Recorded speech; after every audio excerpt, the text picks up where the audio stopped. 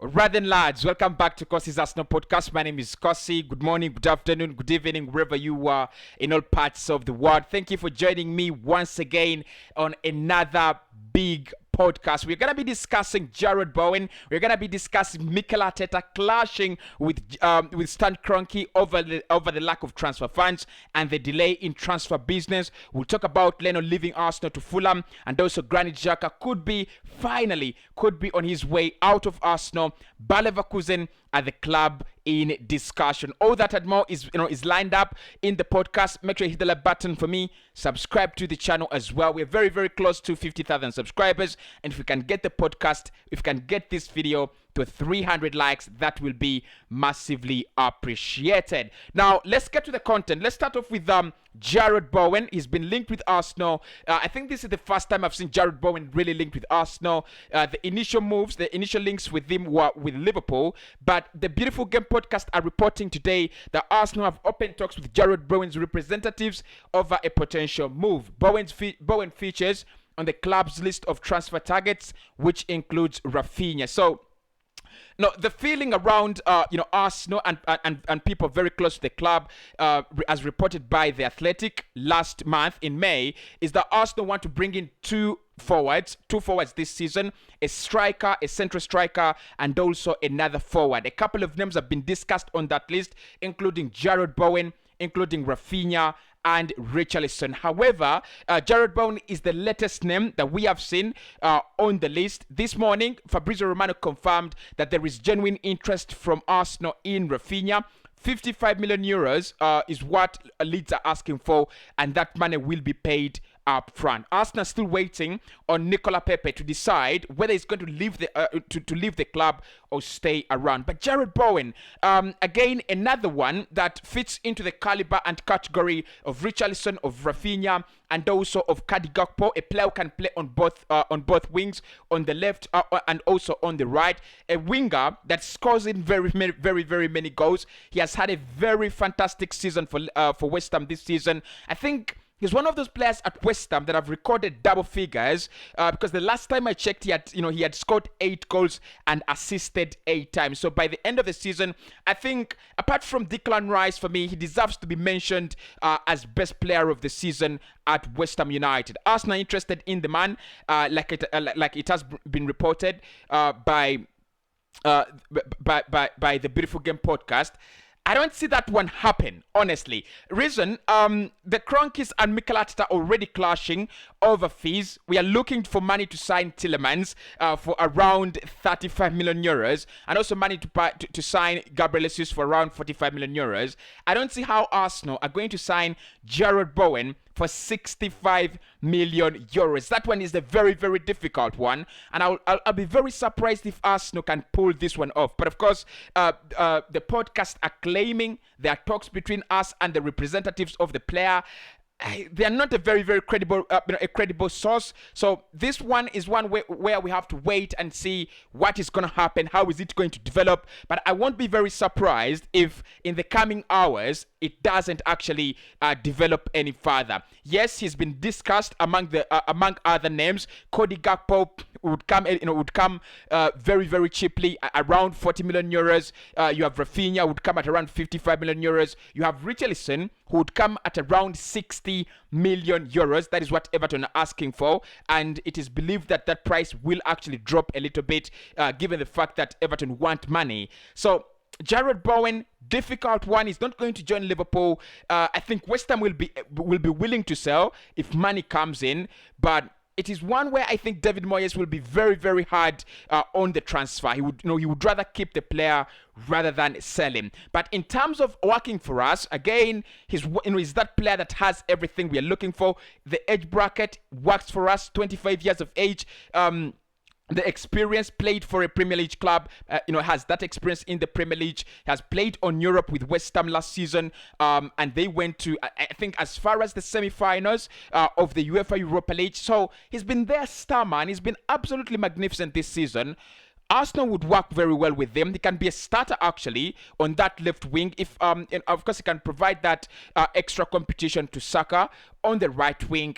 But it's still a very, very difficult one. I'll be very surprised if Arsenal can pull this one off. Now, reports are still flowing in that Mikel Arteta and Stan Kroenke are continuing and continue to clash over the lack of transfer funds and the delay in transfer business. Mikel Arteta was promised up to 200 million euros to spend this summer, including player sales. The Kroenkes want to back off. They don't want to spend that money. They want to give Mikel Arteta fees that are significantly less than that. I think, look, what I thought about this, I've done a rant video and I've been very, very stressed about that. But what I think about the Kroenkes now is I just remember the way Arsenal used to sign the likes of Olivier Giroud and all that, caliber of players. It was not the mistake of the manager. It was not the mistake of Arsene Wenger. It was always the Kroenkes. They never give you money. They never back you.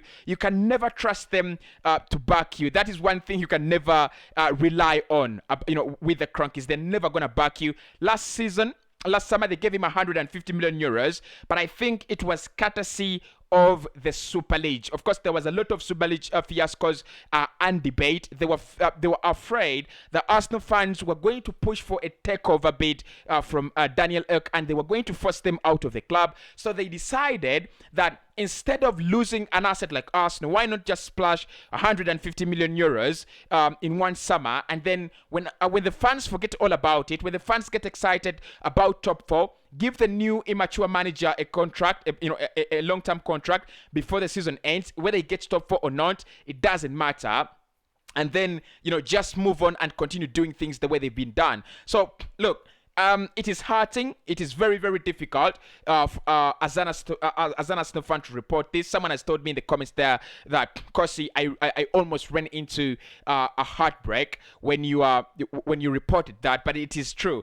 And some more reports from The Athletic are claiming that Tottenham Hotspur are interested in Rafinha, with more reports actually saying that this deal could be very, very close. David Ornstein, this is what he has written. He has said Tottenham Hotspur interested in signing Richarlison. No bid yet. It says no bid yet. They will only do it at the right price. Plus, they have other options in that place. Everton want more than the reported 60 million euros, but they need cash. The need for funds is likely to force them to reduce that fee. Plus, some people close to Everton think the Tottenham Hotspur move will happen. So that is according to David Ornstein, saying that Arsenal target Richarlison, according to sources close to Everton, will move to Tottenham Hotspur. So this is what Mikel Arteta is talking about. He has already drawn his list. He has already told them the quality and the specific players he wants this summer.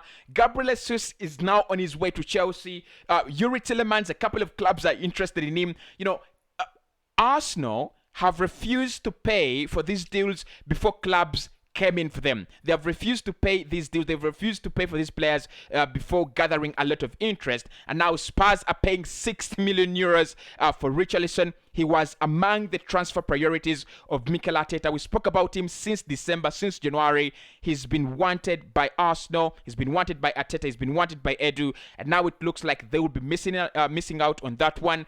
Chelsea as well are pressing for Gabriel Jesus. Talks ongoing for Gabriel Jesus and Raheem Sterling. So if Arsenal lose those two targets, they were Mikel Arteta's transfer priorities. I think you can easily sideline with him and try to understand why he is absolutely fuming. So Richarlison to Everton, to Tottenham Hotspur from Everton is on. Jared Bowen is being discussed, but not the first priority in that position. It was always Richarlison.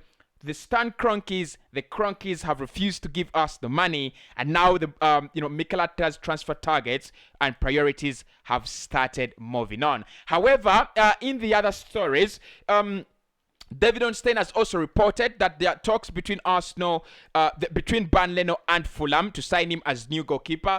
This is what he said: exclusive. Fulham in talks to sign goalkeeper Bernd Leno from Arsenal. 30-year-old among options, plus currently favoured candidate, but nothing is agreed. He has a one-year contract and keen to stay in London. AFC AFC have Ramsdale, Matana, Carl Hain as well. So you do not expect Ban Leno to be a very, very big player next season. So look, with Leno, we know he was always going to leave. I would be very, very surprised if he goes to Fulham. I would look at that as a dip in his career. I thought he would move to Borussia Dortmund. Honestly, as a person who loves Dortmund and who follows Dortmund everywhere in the German Bundesliga and also on Europe, they definitely need a goalkeeper. They've done well by signing in a couple of centre backs, and defenders to fix that defensive mess, but they need a goalkeeper. Ban Leno, for me, I thought was gonna move there, but Fulham are in talks to sign him. Nothing agreed, but the deal is believed to be doable. 1 year on his contract. I think Arsenal should ask for around, I don't know, 10 million euros, maybe 9, maybe 8 million euros, and then the player moves on. It is clear he wants to go. Arsenal have already told him he can leave the club if he gets a club. And the club is willing to pay as much as enough. So for me, Ban Leno, all I can say, top goalkeeper, top player. Any club will take him. He's better than many goalkeepers in the Premier League. If it is not for playing football with his feet that is actually beating him at Arsenal, I still feel he has a place. He doesn't want to be second choice. He wants to fight for his place at Germany. And of course, if the only way you're gonna do that with Manuel Neuer playing for Bayern Munich, you need to be a regular starter at another club. So Ban Leno, you won't be very surprised if he goes to Fulham, but personally, I will be very, very surprised. Now, lastly, Granit Xhaka is also discussed in this podcast, and of course, Fabrizio Romano has said that he has been told there are talks ongoing between Bayer Leverkusen and Arsenal for Granit Xhaka, despite rumors. No negotiations as of today. It doesn't change Arsenal plan to sign a new midfielder this summer, with Yuri Tillemans still on top of the list. So that is according to Fabrizio Romano. He actually says he has been told there are no talks between Bayer Leverkusen and Granit Xhaka, Bayer Leverkusen and Arsenal, but there are rumors of negotiations of the deal. So with Xhaka, this is what I'm going to say. I do not see Xhaka sit on the bench. Technically, I don't see Xhaka sit on the bench as Arsenal start Yuri Tillemans and Partey.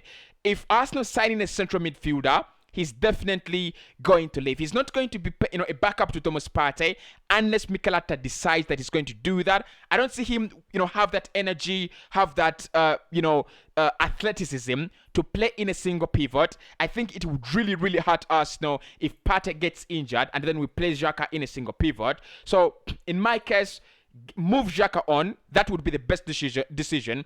Move Xhaka on, bring in Yuri Tillemans, and then bring in someone like Bissouma to cover for Thomas Partey. I don't know what you think about Xhaka moving to the German Bundesliga. It's a league that is really going to work for him. Leverkusen, not very, very different from the playing style at Borussia Mönchengladbach. Again, that lazy passing. The German Bundesliga is all about those, the long passes actually work very, very well. He's going to have a lot of space to operate into at a very, very slow pace.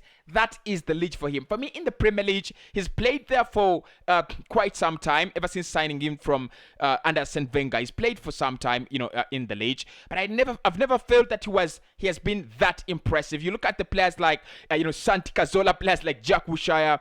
Even when they played very, very few minutes, you felt like this is a player made for the Premier League. This is a player that, can actually thrive in the Premier League. With Granit Xhaka, he's been much of mixed reaction. This season has been very good, but in my opinion, very good for himself, not good enough for Arsenal Football Club. So according to Fabrizio Romano, no negotiations for the player. Rumors are that talks do exist between Granit Xhaka and Bayer Leverkusen. So lots of stories, like I said, to dive into on the podcast. The only way you can, keep yourself, updated is by subscribing to this podcast and also hitting that notification bell. Smash a like on the video, and I'll speak to you right in the next one. What do you think about Stan Kroenke refusing to pay transfer fees for Arsenal and Mikel Arteta's targets? He promised he's going to back him. Mikel Arteta has been bragging all season on how he's going to be backed. Edu has been bragging all season on how they're going to bring in marquee signings. Josh Kroenke has been speaking on how we are going to bring in marquee signings. And now finally, the Kroenkes are deciding that they are broke. Do you believe that? And if you do not believe it, do you think the Kroenkes are the right owners of this football club? Let me know in the comments below. And I want to say thanks to everybody who gets involved in the comments. I look at your comments. I will be replying them very, very often.